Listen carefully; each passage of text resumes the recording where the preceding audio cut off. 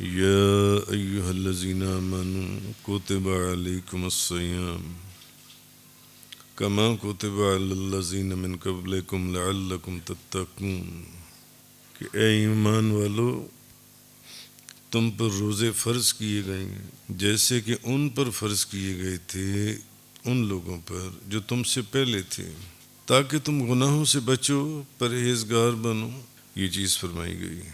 اور آج غالباً رمضان المبارک کا تیسرا جمعہ ہے، تیسرا جمعہ شریف ہے،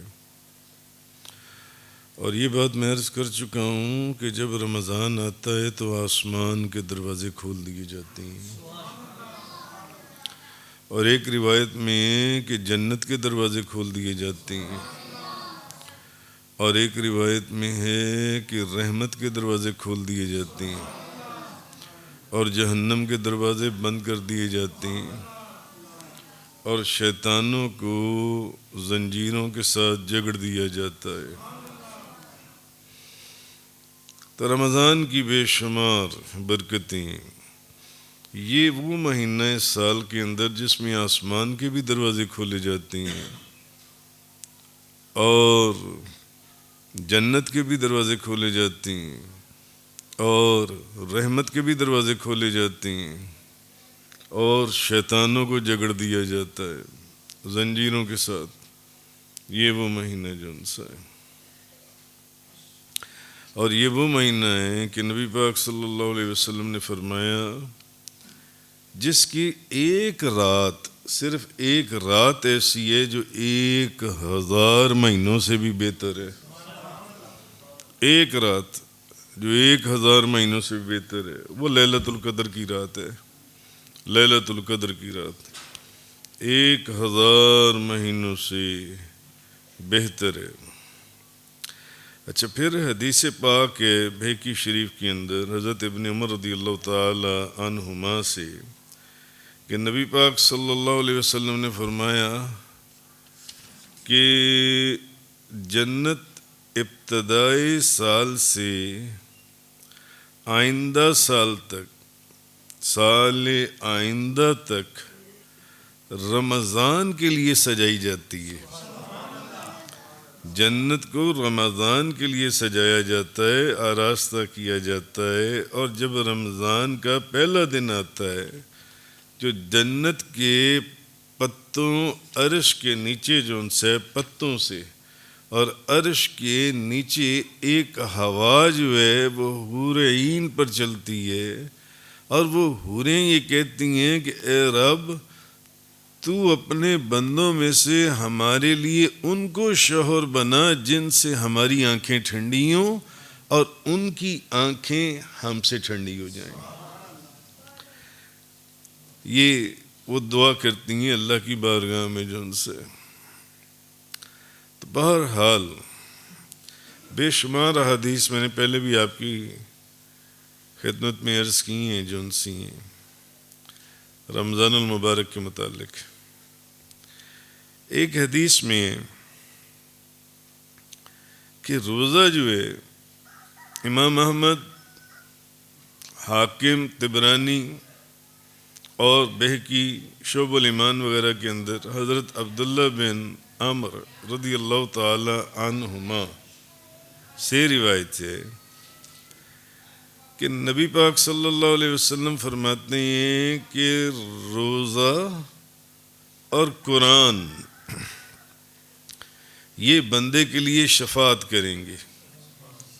روزہ اور قرآن بندے کے لیے شفاعت کریں گے۔ روزہ کہے گا اے میرے رب، میں نے کھانے اور خواہشات سے دن میں اس کو روک دیا، کھانے سے بھی روک دیا اور خواہشات سے بھی میں نے اس کو روک، یعنی دن میں آپ اپنی خواہشات جو سی ہیں، آپ کا دل کر رہا ہے کہ میں دودھ پیوں، میں کھانا کھاؤں، اپنی خواہش نہیں، تو میں نے اس کو روک دیا، میں نے اس کو روک دیا جن سے۔ یہ روزہ کہے گا کہ میں نے کھانے اور خواہشوں کو پورا کرنے سے اس کو روک دیا، تو مولا کریم میری شفاعت اس کے حق میں قبول فرما، اب یہ روزہ کہے گا اللہ کی بارگاہ میں کہ یا اللہ میری شفاعت اس بندے کے حق میں قبول فرما، اور قرآن کہے گا کہ اے میرے رب میں نے اسے رات میں سونے سے باز رکھا، یعنی کہ یہ رات کو قرآن پڑھتا تھا، نماز تراویح پڑھتا تھا، یہ قرآن سنتا تھا، یہ قرآن سناتا تھا، میں نے اس کو رات کے وقت سونے سے باز رکھا۔ قرآن کہے گا جن سے، تو میں نے اس کو رات کو سونے نہیں دیا، قرآن کے پڑھنے کی وجہ سے، قرآن کے سننے کی وجہ سے۔ یہ پڑھتا تھا، لوگ سنتے تھے، یا لوگ سنتے تھے، یہ پڑھتا تھا۔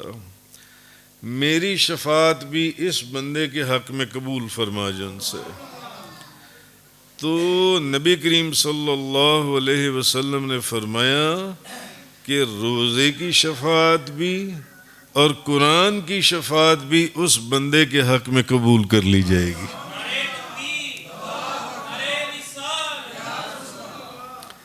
یعنی وہ بندہ بخش دیا جائے گا، وہ بندہ بخش دیا جائے گا، وہ بندہ جن سے، وہ بندہ بخش دیا جائے گا، اس کی بخشش ہو جائے گی۔ آہا، کہتے ہیں کہ حضرت موسیٰ علیہ نبینا علیہ السلام،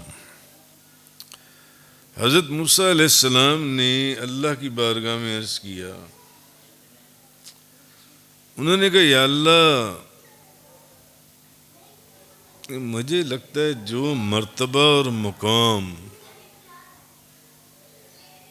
تو نے مجھے عطا فرمایا ہے، شاید یہ مرتبہ اور مقام تو نے کسی اور کو عطا نہیں فرمایا۔ حضرت موسیٰ علیہ السلام اللہ تعالیٰ سے بڑے سوال جواب کیا کرتے تھے،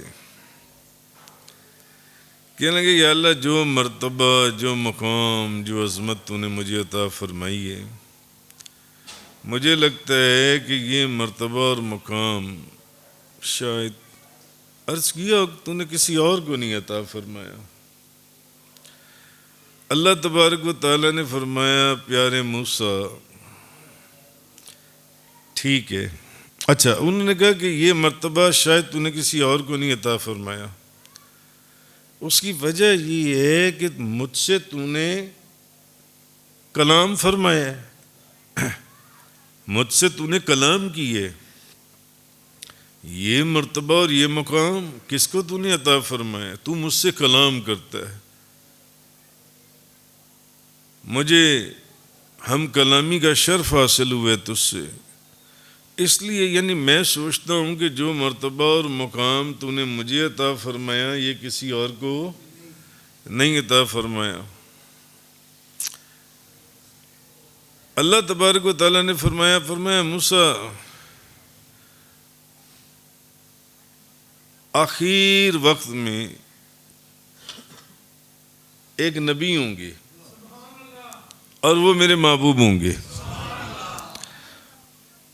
اس نبی کی جو امت ہے، امت یعنی موسیٰ آپ تو اپنی بات کر رہے ہو نا، اس نبی کی جو امت ہے وہ آپ سے زیادہ میرے قریب ہوگی۔ حضرت موسیٰ علیہ السلام نے پوچھا، فرمایا یا اللہ وہ کیسے؟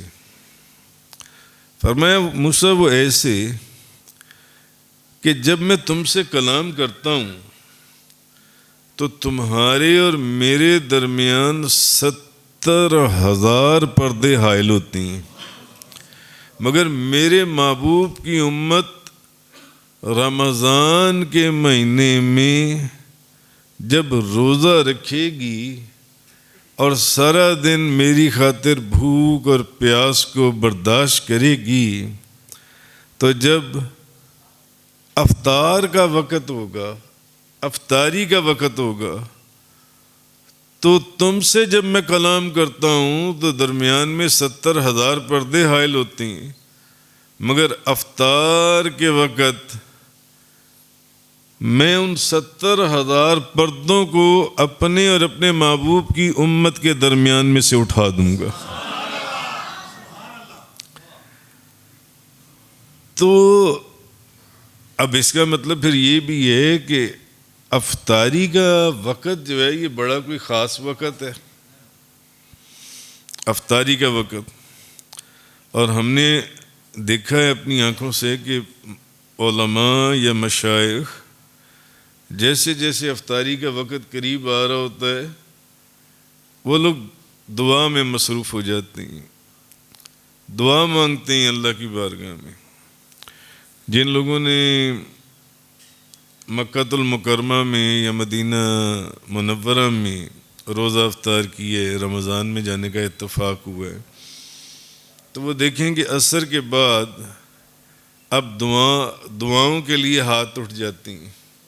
اور جیسے 10 بندوں کے ہاتھ اٹھ گئے، وقت اور مغرب کا قریب ہو گیا افطار کا، اب 10 بندے اور ہاتھ اٹھا دیں گے، اور وقت قریب ہو گیا 10 بندے اور ہاتھ اٹھا دیں گے. جیسے جیسے افطار کا وقت قریب ہو رہا ہوتا ہے، اگر آپ لوگ گئے ہوں تو آپ نے دیکھا ہوگا یہاں تک کہ جب افطار کے وقت میں چند منٹ رہ جاتے ہیں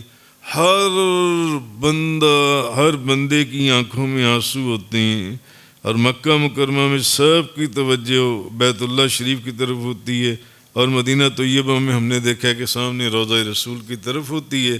سب دعاؤں کے اندر مصروف ہو جاتی ہیں، دعاؤں کے اندر مصروف.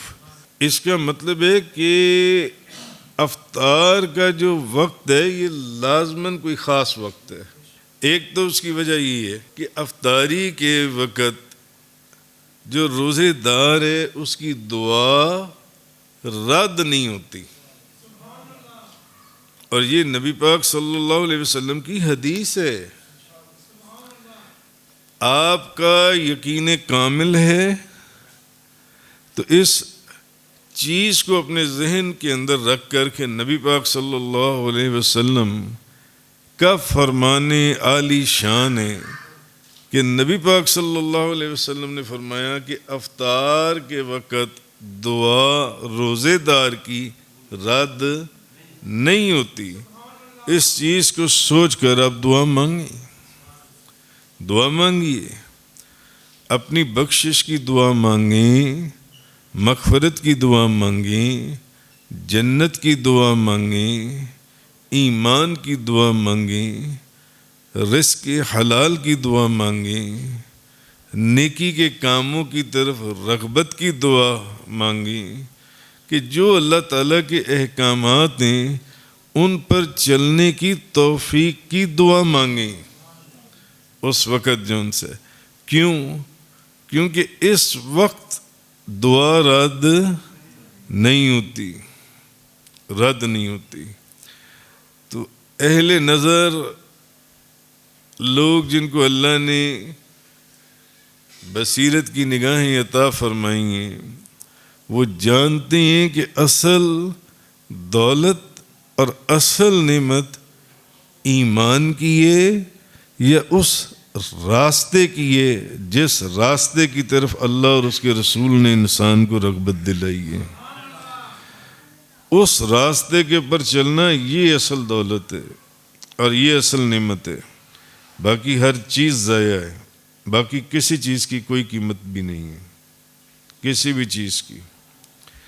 تو یہ چیز، اس چیز کو تو فرمایا موسیٰ جب افطار کا وقت ہوگا نا تو میرے محبوب کی امت نے روزہ رکھا ہوگا اور سارے دن کی بھوک اور پیاس کو برداشت کیا ہوگا، تو میں اس وقت ان 70,000 پردوں کو اٹھا دوں گا جو تیرے اور میرے درمیان میں جب تجھ سے میں کلام کرتا ہوں تو وہ پردے حائل ہوتی ہیں.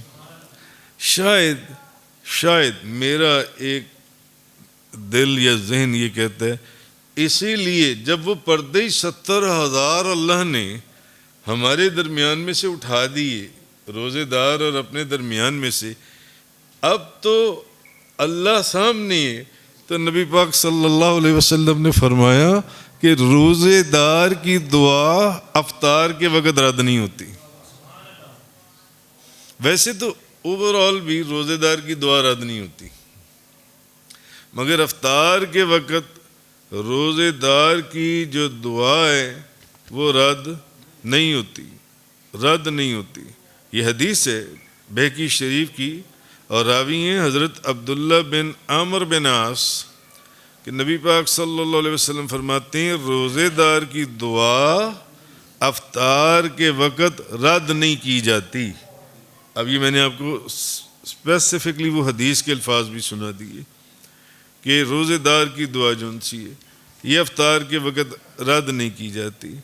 اچھا، اسی لیے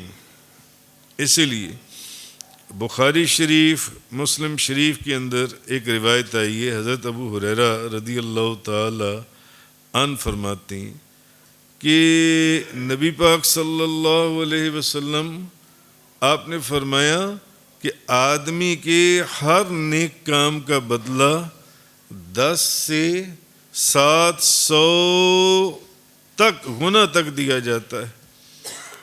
کسی کو 1 کے بدلے میں 10 دیا جاتا ہے، قرآن میں 1 کے بدلے 70 دے دیا جاتا ہے. اچھا، 1 کے بدلے نبی پاک صلی اللہ علیہ وسلم نے فرمایا ہر نیک کا 10 سے لے کر کتنا 700 گنا تک دیا جاتا ہے. 700 گنا تک دیا جاتا ہے. نبی کریم صلی اللہ علیہ وسلم آپ نے فرمایا، مگر اللہ تعالیٰ نے فرمایا مگر روزہ جو ہے یہ میرے لیے. اللہ نے فرمایا روزہ میرے لیے اور اس کی جزا میں خود دوں گا. اور بعض علماء اور مشائخ نے اس جگہ پر اس کا ترجمہ یہ کیا ہے کہ اللہ نے فرمایا روزہ میرے لیے اور اس کی جزا میں خود دوں گا. اچھا، بعض علماء اور مشائخ نے اس کا یہ بھی ترجمہ کیا، انہوں نے کہا کہ اللہ نے یہ فرمایا کہ روزہ میرے لیے اور اس کی جزا میں خود ہوں، اس کی جزا میں ہوں. یہ چیز فرمائی گئی. اگر آپ کو اس چیز کے معنی سمجھ میں آ جاتے تو آپ سب سبحان اللہ کہتے. اس کی جزا میں خود ہوں. اللہ تبارک و تعالیٰ نے فرمایا، بہرحال تو نبی پاک صلی اللہ علیہ وسلم نے فرمایا کہ اگر لوگوں کو یہ پتہ چل جاتا نا کہ رمضان شریف ہے کیا چیز، اس کا مطلب کیا ہے، اس حدیث سے یہ بھی پتہ چل گیا کہ لوگوں کو پتہ ہی نہیں ہے کہ رمضان کی حقیقت ہے کیا. نبی پاک صلی اللہ علیہ وسلم نے فرمایا اگر لوگوں کو یہ پتہ چل جائے کہ رمضان کیا چیز ہے تو میری امت جن سی ہے وہ تمنا کرتی کہ سارا سال رمضان ہی رہے.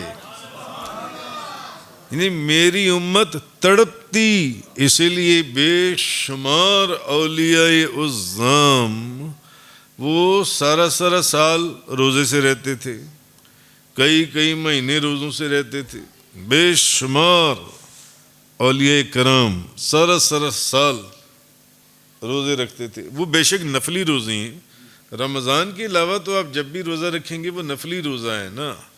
رمضان کا روزہ فرض روزہ ہے، اس کے برابر تو کوئی روزہ نہیں ہو سکتا. مگر اولیاء کرام نے ہزاروں اولیاء کرام کا جب آپ ان کی بایوگرافی پڑھتے ہیں تو اس میں آتا ہے کہ ساری زندگی روزے سے رہی ہیں، کئی سال روزے سے رہی ہیں جن سے.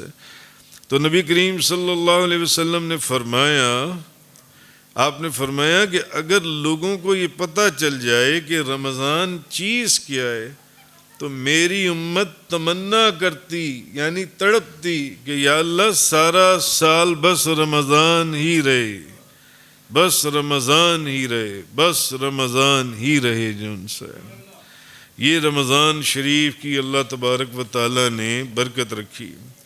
اچھا، ایک اور حدیث پاک میں کہ حضرت عمر بن مراج جوہنی رضی اللہ تعالی عنہ سے روایت ہے کہ ایک شخص نے عرض کیا کہ یا رسول اللہ آپ بتائیں اگر میں یہ گواہی دے دوں کہ اللہ کے سوا کوئی معبود نہیں ہے، لا الہ الا اللہ، اور حضور صلی اللہ علیہ وسلم اللہ کے رسول ہیں، آپ اللہ کے رسول ہیں، محمد الرسول اللہ، اگر میں یہ گواہی دے دوں، اچھا، اور میں 5 وقت کی نماز بھی پڑھوں، اب یہ گواہی تو آپ بھی دیتے ہیں لا الہ الا اللہ، اور یہ گواہی بھی دیتے ہیں محمد رسول اللہ، محمد اللہ کے رسول ہیں، اور الحمدللہ ماشاءاللہ آپ لوگ انشاءاللہ 5 وقت کی نماز بھی پڑھتے ہیں۔ اس نے کہا اگر میں 5 وقت کی نماز بھی پڑھوں اور میں زکوٰۃ بھی ادا کروں، اور یعنی کہ پھر جب رمضان آئے تو میں رمضان کے روزے بھی رکھوں، جیسے ابھی الحمدللہ آپ سب روزے رکھ رہے ہیں، مجھے معلوم ہے آپ لوگوں کے چہرے بتا رہے ہیں کہ آپ لوگ روزے رکھ رہے ہیں، روزے رکھے ہوئے ہیں۔ ماں سوائے اس کو اجازت ہے جو بہت سخت بیمار ہو، میڈیسنز بہت زیادہ ہوں، ان کو نہ چھوڑ سکتا ہو، اس کو اجازت ہے نا۔ تو اس شخص، اچھا اب لوگ نبی پاک صلی اللہ علیہ وسلم سے بڑے سوال کیا کرتے تھے، سوال جواب کرتے تھے، بڑے بڑے لوگ حضور سے بڑے سوال و جواب کرتے تھے۔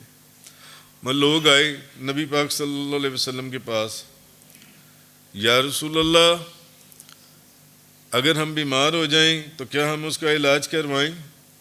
یعنی لوگ سوال کرتے تھے، صحابہ کرام کی کیا بات تھی۔ تو وہ آئے صحابہ، کچھ آئے، انہوں نے کہا یا رسول اللہ اگر ہم بیمار ہو جائیں، اچھا آج کل بعض جو بظاہر صوفیہ بنے ہوئے، بظاہر صوفیہ، اب وہ کیا کریں گے کہ نہیں اگر ہم بیمار ہو گئے ہیں تو ہمیں میڈیسن کھانی نہیں، ہم نے علاج نہیں کروانا۔ کیوں نہیں کروانا؟ نہیں روزہ نہیں، ہم نے علاج اس لیے نہیں کروانا کہ پھر توکل کدھر گیا، پھر توکل کدھر گیا؟ بعض لوگ یہ کہتے ہیں۔ اچھا آج اور ایسے آپ کو صوفیاء ملیں گے آج کل، اور یہ علم نہیں ہے، یہ جہالت ہے، یہ توکل نہیں ہے۔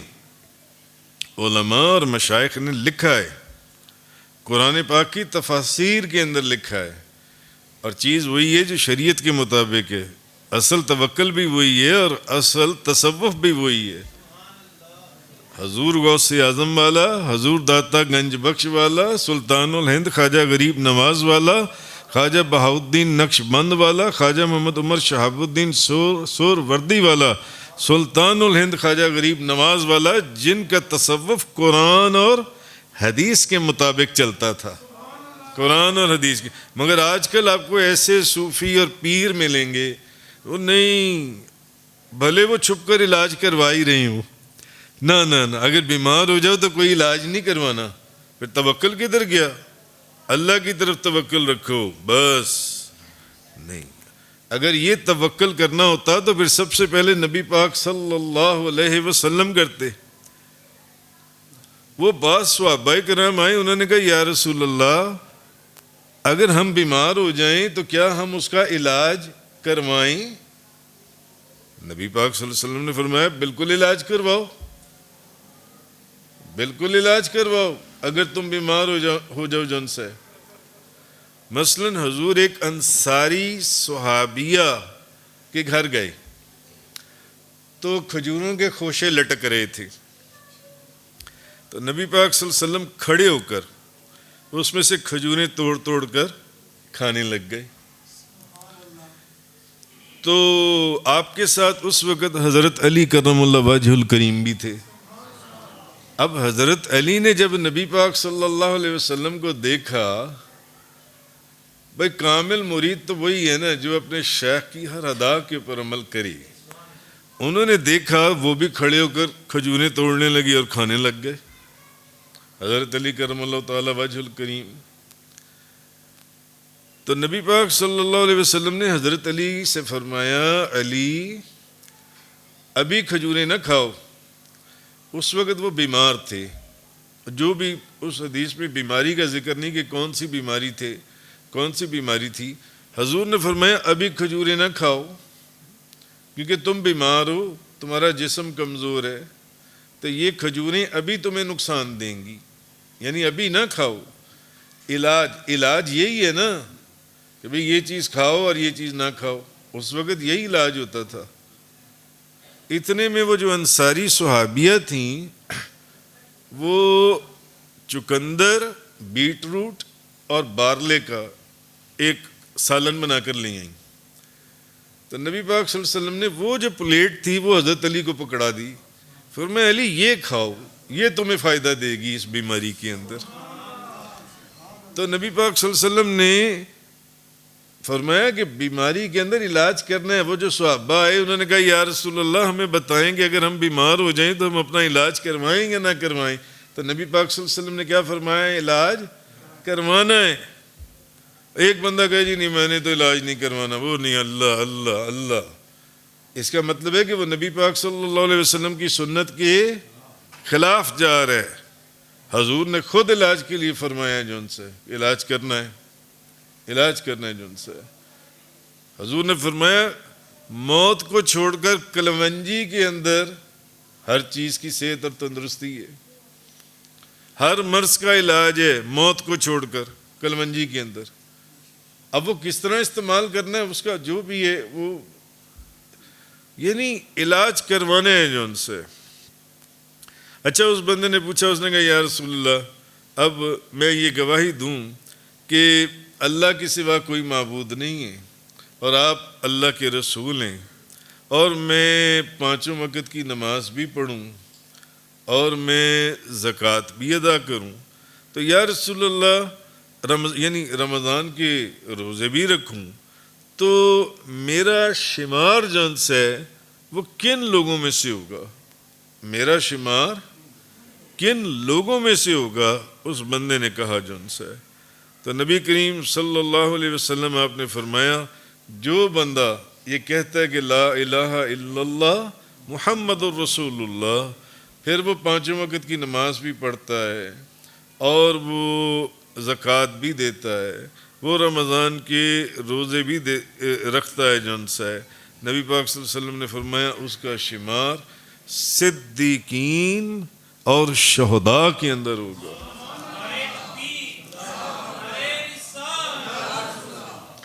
صدیقین, حضرت صدیق اکبر کے مقام اور شہداء کا مرتبہ اس کے اندر اس کو داخل کر دیا جائے گا, اس کے اندر داخل کر دیا جائے گا.